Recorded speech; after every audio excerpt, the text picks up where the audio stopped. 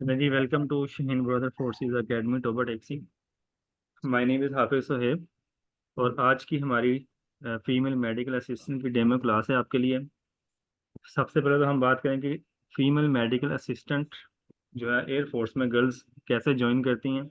सबसे पहले हम उसको आपको थोड़ा सा इंट्रोडक्शन देंगे, देन हम अपनी एक्चुअल क्लास की तरफ चलेंगे। तो फीमेल मेडिकल असिस्टेंट सिर्फ एयरफोर्स के अंदर ज्वाइन कर सकती हैं लड़कियां जो थी मैट्रिक बेस पे। इसके अलावा नेवी में आती हैं, वो आती हैं फीमेल एफएमटी के नाम से। तो एयरफोर्स में ये कोर्स आता है एफएमए के नाम से, फीमेल मेडिकल असिस्टेंट। तो इसमें nationality of citizen of Pakistan होनी चाहिए लड़कियां, और मटेरियल स्टेटस में अनमेरिड हुआ है, और एज उसकी होनी चाहिए 16 से लेके 22 ईयर्स ओल्ड तक। ठीक है। देन हाइट इसकी होनी चाहिए 147 सेंटीमीटर से लेके 188 सेंटीमीटर। इट मीन आपकी जो हाइट बनती है वो 4.10 फीट बन जाती है। ठीक है। इसके बाद हम एजुकेशन को देख लेते हैं। एजुकेशन में मैट्रिक आपका होना चाहिए 60% मार्क्स के साथ पास, जिसमें 33% इलेक्टिव सब्जेक्ट हैं, जैसे कि बायो है, फिजिक्स है एंड केमिस्ट्री है। ठीक है। और आपके इंग्लिश में 45% मार्क्स होने चाहिए, लाजमी है। ये आपका है एजुकेशनल क्राइटेरिया, एजुकेशनल क्वालिफिकेशन।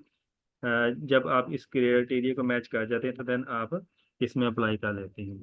और देन इसका होता है सिलेबस। सिलेबस के अंदर दो इसके मेन पोर्शन होते हैं, एक इंटेलिजेंस टेस्ट होता है और एक एकेडमिक टेस्ट होता है। इंटेलिजेंस टेस्ट जो है ना फर्दर डिवाइड होता है दो पोर्शन के अंदर। एक उसको बोलते हैं वर्बल इंटेलिजेंस टेस्ट, और एक सेकंड नंबर पे होता है नॉन वर्बल इंटेलिजेंस टेस्ट। ठीक है जी। वर्बल इंटेलिजेंस टेस्ट के अंदर 60 क्वेश्चन होते हैं, और इसी तरह से नॉन वर्बल क्वेश्चंस जो होते हैं वो भी 40 क्वेश्चंस होते हैं। तो इट मीन्स टोटल जो आपका इंटेलिजेंस पोर्शन होगा वो आपका 100 क्वेश्चन पर होगा। ठीक है। जब आपका ये टेस्ट पास हो जाएगा इंटेलिजेंस टेस्ट जो है, देन आपका एकेडमिक टेस्ट आएगा। एकेडमिक टेस्ट में सबसे पहले इंग्लिश होती है 50 क्वेश्चंस की। जब वो पास आप कर लेंगे इंग्लिश का पोर्शन, तो आपके लिए फिजिक्स आपके सामने आ जाएगी, वो उसमें 25 क्वेश्चन होंगे। इसी तरह उसको भी पास करना लाजमी है। एंड लास्ट जो टेस्ट होगा वो आपका होता है बायोलॉजी का, उसके अंदर भी 25 क्वेश्चन होते हैं। तो इट मीन्स ये एयरफोर्स के टेस्ट के अंदर एफएमए में 5 टेस्ट होते हैं, 5 के 5 पास करने लाजमी होते हैं। ठीक है। ये दो इंटेलिजेंस टेस्ट होते हैं, वर्बल नॉन वर्बल। और एकेडमिक में इंग्लिश फिजिक्स और बायो होती है एफएमए के स्टूडेंट्स के लिए। ठीक है। तो अब हम थोड़ी सी प्रैक्टिस आपको करवाते हैं कि कैसे वर्बल इंटेलिजेंस टेस्ट क्या होता है, इसी तरह हम देखेंगे नॉन वर्बल इंटेलिजेंस टेस्ट क्या होता है। क्योंकि आपका पहला टेस्ट जो होता है वो होता है वर्बल इंटेलिजेंस टेस्ट। तो इस वजह से हम उसी को हम डिस्कस कर लेते हैं कि वर्बल इंटेलिजेंस टेस्ट होता क्या है।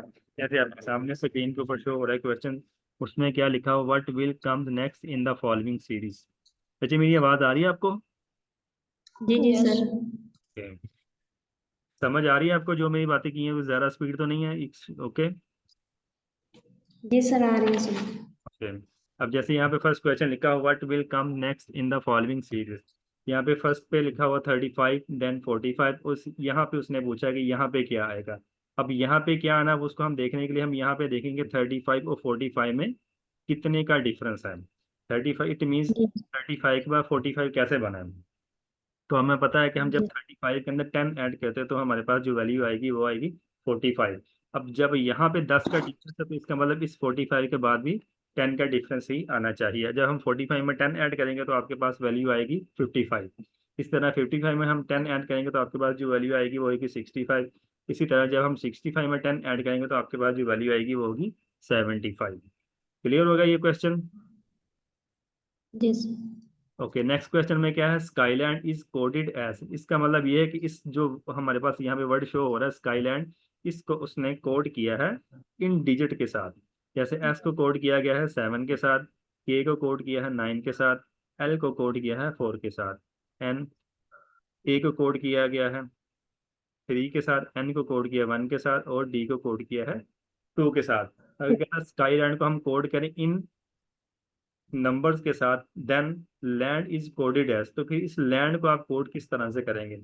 अब हम यहाँ पे एल है, इधर से हम देखेंगे एल को कोड किसके साथ किया गया है। एल है फोर्थ नंबर पे, तो वो आपका कोड हुआ है 8 के साथ, तो हम इसका मतलब ये वाला एल भी आपका कोड हो जाएगा 8 के साथ। ठीक है। देन ए है हमारे पास, यहाँ पे हम देखेंगे ए को हमने कोड किया है 3 के साथ, तो ये जी वाला ए भी आपका कोड होगा 3 के साथ।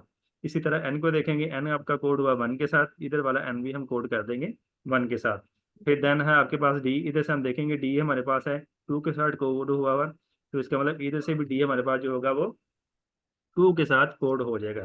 तो जो वर्ड्स हमने अल्फाबेट को यहाँ पे कोड किया, इन्हीं को देखते हुए हमने इस लैंड को कोड करना था, तो हम इनको हम देखते हुए लैंड को कोड करेंगे, तो हमारे पास जो आंसर आएगा वो होगा 8312। क्लियर है सर? जी सर। ओके, नेक्स्ट देखते हैं। यहाँ पे है series complete the following series, 1 के बाद 2 है, इसका मतलब ये कि 1 में हमने 1 ऐड किया तो 2 बना। ठीक है, इसी तरह फिर 2 के बाद 4 है, तो यहाँ पे हमने 2 ऐड कर दिए। आगे 7 है, तो इसका मतलब हम यहाँ पे 3 ऐड करेंगे। आगे 7 में 4 ऐड करेंगे तो 11 आ जाएगा। इसी तरह 11 में 5 ऐड करेंगे तो 16 आ जाएगा। और 16 में हम आगे 6 ऐड करेंगे तो 22 आ जाएगा। क्यों ऐसा करेंगे? क्योंकि यहाँ पे हमने स्टार्टिंग से जब हमने देखा तो यहाँ पे 1 ऐड हुआ था, यहाँ पे 2 ऐड हुए हैं, यहाँ पे 3 ऐड हुए हैं, यहाँ पे 4 है, यहाँ पे 5। तो इट मीन्स या पीछे सीक्वेंस के साथ सारी वाली वैल्यूज ऐड हो रही हैं। तो इसका मतलब ये 16 के बाद हम 6 इसके अंदर ऐड करेंगे तो हमारे पास जो आंसर होगा वो 22 आ जाएगा। जी सर। इसके बाद नेक्स्ट क्वेश्चन में देखें, यहाँ पे डबल ए है, डबल बी है, डबल सी है, इसका मतलब इसके आगे जो आएगा ए बी सी है, तो इसका मतलब आगे जो आ जाएगा डी आ जाएगा। चूंकि ये डबल है, डबल वैल्यूज है, तो इसका मतलब यहाँ पे फिल इन द ब्लैंक्स के अंदर भी आपके पास डबल वैल्यू आ जाएगी। जी सर। नेक्स्ट क्वेश्चन में देखें, यहाँ पे 20 है, 20 के बाद 18, इसका मतलब यहाँ पे 2 माइनस हुए हैं। 18 में 2 माइनस करेंगे तो हमारे पास 18 आ जाएगा। 20 में 2 माइनस करेंगे तो 18 आ जाएगा। इसी तरह से 18 में हम 3 माइनस करेंगे तो 15 आ जाएगा। अब यहाँ पे हमने 2 माइनस किए हैं, यहाँ पे हम 3 माइनस करें, तो इसका मतलब यहाँ पे हम अब 4 माइनस करेंगे। 4। ठीक है, अब 15 में 4 माइनस करेंगे तो हमारे पास जो आंसर होगा वो 11 आ जाएगा। ठीक है जी। तो ये था हमारे पास वर्बल इंटेलिजेंस टेस्ट। अब हम थोड़ी सी एग्जांपल देखते हैं। नॉन वर्बल इंटेलिजेंस टेस्ट किस टाइप का होता है? अब जैसे यहाँ पे लिखा हो follow image for complete the sequence.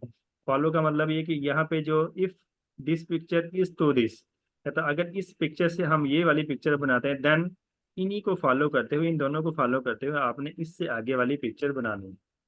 अब यहाँ पे देखें, जी सर। यहाँ पे स्माइल का फेस है, उसके आगे किया गया हमने इसको सिर्फ उल्ट किया, तो उसकी वजह से वो स्माइल आपकी मूव होगी सैड के अंदर, क्योंकि उसके 2 आंखें हैं। एज इट इज आगे आगे सिर्फ उसका स्माइल का मुंह ऊपर को था, तो हमने इसको क्या कर दिया, उल्ट कर दिया, जिसकी वजह से वो सैड हैप्पी से सैड हो गया।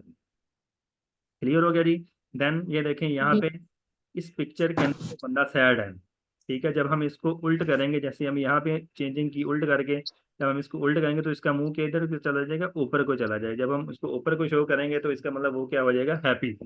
एक और चीज का ध्यान रखना कि यहाँ पे हमने कोई फीलिंग नहीं की, सेम सेम जी। उसकी आंखें आगे हमने मूव किया, तो इसका मतलब इससे आगे भी हमने सेम एट इज जो चेंजिंग हमने यहाँ पे की है, वही चेंजिंग हम इसकी यहाँ पर करेंगे। जब हम इसकी चेंजिंग ऐसे करेंगे तो जब ऑप्शन ए है, इसके अंदर उसकी आंखें दोनों फेल हैं, तो इसका मतलब ये आंसर नहीं हो सकता। इसी तरह से ऑप्शन डी के अंदर उसकी एक आंख फेल है, तो पीछे जो हमारे पास ऑप्शन बचती हैं बी एंड सी। अब बी में ये देखें डिफरेंस क्या है, इसमें एक लाइन थोड़ी सी बड़ी है और एक लाइन थोड़ी सी छोटी है, इट मीन्स ये भी आपका आंसर रॉन्ग। तो ऑप्शन सी में देखें, ये वाली लाइन भी बराबर है, इधर वाली लाइन भी बराबर है। क्यों? क्योंकि यहाँ पे भी ये वाली लाइन भी बराबर थी, इधर वाली लाइन भी बराबर थी। इसका मतलब ये है कि option C is the right answer. जी सर। अब नेक्स्ट क्वेश्चन में देखें, एक बॉक्स है, बॉक्स के अंदर एक सर्कल है। इस तो उसको क्या किया, इसके आगे उसने अंदर वाला पोर्शन इसका खत्म कर दिया। देन इन्हीं को फॉलो करते हुए हमने इसके आगे क्या करना है, इस सर्कल को आगे मूव कर देंगे, इसके अंदर वाला पोर्शन जो है वो हम इसका खत्म कर देंगे। तो आपके पास जो ऑप्शन जी। बनेगी वो होगी ऑप्शन बी। डी। क्लियर हो गए दोनों क्वेश्चंस? जी सर। ओके, नेक्स्ट क्वेश्चन में देखें, यहाँ पे एक एरो है जो कि फिल है, इस टू दिस एरो, उसने इस एरो को एंगल चेंज कर दिया। ठीक है, और उसके बाद दूसरा में इसमें क्या चेंजिंग की, जहाँ पे ये जो चीज़ें फिल थी इसके अंदर ये आके वो अनफिल हो गई हैं। इसी तरह हम जब आगे देखेंगे इस एरो को हम सीधा करेंगे, ये फिल है तो इसको हम क्या कर देंगे, अनफिल कर देंगे। तो option C is the right answer. Clear हो जी गया? सर। अब जी यहाँ पे सर। देखिए इस क्वेश्चन के अंदर 1 2 3 4 5 6 7 8 8 एंगल शो हो रहे हैं। ठीक है, कहता इफ जी। ये वाली डायग्राम को इज टू, अब जितनी यहाँ पे एंगल थी उतनी लाइनों के अंदर हमने इसको मूव कर दिया। यहाँ पे 8 एंगल बने थे, तो यहाँ पे हमने इसको 8 लाइनें मूव कर दिया, 3 ऊपर होगी 3 नीचे, ये एक 7 और ये एक 8, 8 लाइनों में इसको मूव कर दिया। इसी तरह से अब यहाँ पे आगे वाले क्वेश्चन में देखें, आगे पिक्चर में यहाँ पे 1 2 3 4 5 5 एंगल हैं, तो इसका मतलब हम इसको फिर आगे 5 लाइंस में मूव कर देंगे, तो आपके पास आंसर आएगा बी। बी आंसर होगा, ठीक है, क्योंकि यहाँ पे 5 थे, तो यहाँ पे अब जब हम 5 लाइन से लगाएंगे तो सिर्फ ऑप्शन बी के पास 5 लाइनें हैं, इसके अलावा किसी के पास 5 लाइनें नहीं। ठीक है जी।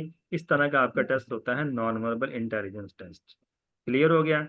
अब आप कोई क्वेश्चन पूछना चाहती हैं तो आप पूछ सकती हैं, रिलेटेड टू इंटेलिजेंस या एकेडमिक पोर्शन से रिलेटेड कुछ भी क्वेश्चन है तो आपके माइंड में आप अभी हमसे डिस्कस कर सकती हैं। सर अभी तो कोई नहीं है, थैंक यू। क्लियर है, ठीक है। जी ये सर। बात करनी है। चलें, आपको दोबारा हम कंटिन्यू करते हैं। जी सर।